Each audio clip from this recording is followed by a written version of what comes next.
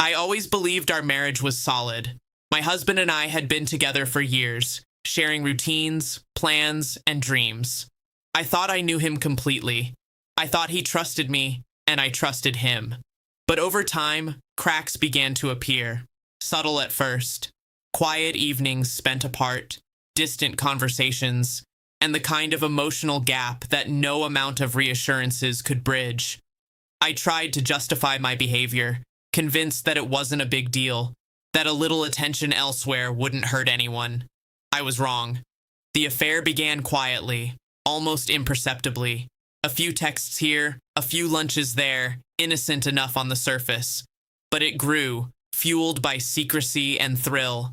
I knew it was wrong, yet I convinced myself that I could balance it, that it would never be discovered. I carried on with my husband, smiling, cooking, sharing the life we had built, while simultaneously indulging in deception. Then, one morning, everything changed. I woke up to the house eerily silent. My husband wasn't in bed. I assumed he had gone out for his morning run or some early errand. But hours passed, and there was still no sign of him. I called his phone, texted him, but there was no response. Panic began to creep in. Something felt wrong. I checked the usual places, the kitchen, the living room, even the car outside. Nothing. No note, no explanation, nothing to indicate where he had gone or why. My heart pounded as I realized that his disappearance wasn't ordinary. I had always thought I could manage the situation with lies and half-truths, but now, faced with this emptiness, I felt exposed in a way I hadn't anticipated. Days turned into a blur of fear and confusion. I reported him missing, called friends and family, and combed through every detail of his life for clues.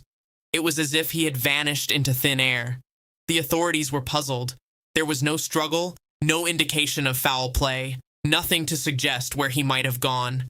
I began to feel the weight of my own guilt pressing down on me.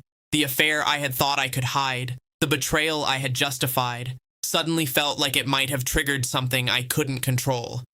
Then the letters began to arrive. Short notes, cryptic messages left in places only I would find. At first, I dismissed them as coincidences, but each message grew more pointed, more direct. He knew everything.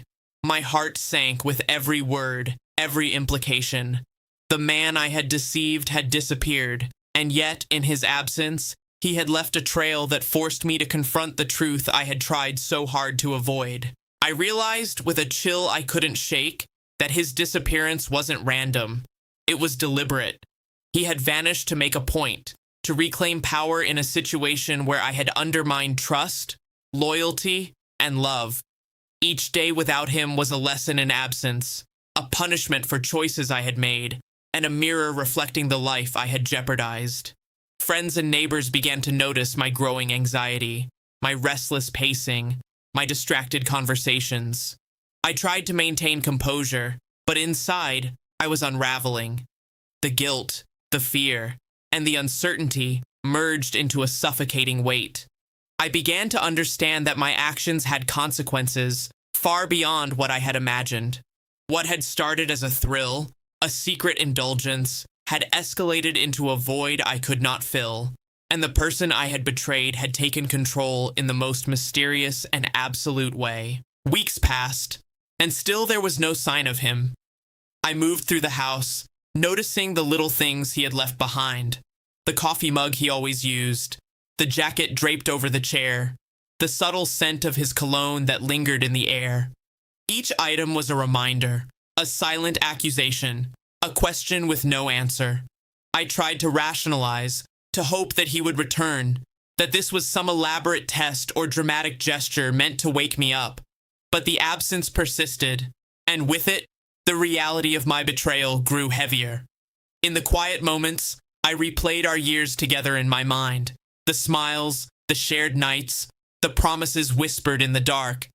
I had destroyed it, not with malice, but with thoughtless indulgence. And now, faced with the mystery of his disappearance, I was forced to confront the fragility of trust, the inevitability of consequence, and the limits of my control. I came to understand that some betrayals are met with silence rather than confrontation, with absence rather than argument. He had chosen a path that left me to reckon with my choices, to confront the emptiness I had created. Every day without him was a reminder, a punishment, and a lesson. The man I had wronged had disappeared, and in doing so, he had reclaimed a sense of power that I could never take away from him. Months passed. I never learned exactly where he had gone or why he had chosen that specific form of disappearance. The mystery remained unsolved, leaving me with only my reflections, my regrets, and the knowledge that betrayal carries consequences far beyond what one can anticipate. I was left alone with the realization that love, once broken, can be reclaimed, redirected, or withdrawn entirely. And sometimes the absence of the person you wronged speaks louder than any confrontation ever could. In the end, his disappearance became more than just a missing person case. It became a mirror for my own failings, a testament to the fact that choices matter, that trust is fragile, and that betrayal, no matter how secret or justified in one's mind, can lead to consequences that are both profound and mysterious.